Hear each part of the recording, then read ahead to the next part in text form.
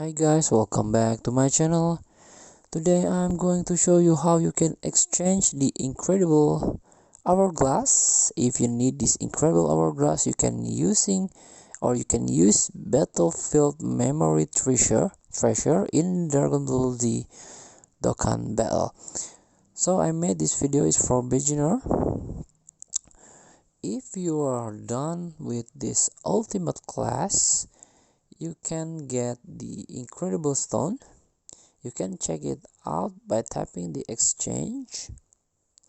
So the incredible hourglass is pretty useful to reverse your character awakening. And right now we are in Baba shop. Tap the treasure, make a shortcut here, try to scroll down and find this battlefield memory, tap play and scroll down, and this one, no limit. You can exchange this incredible hourglass with no limit,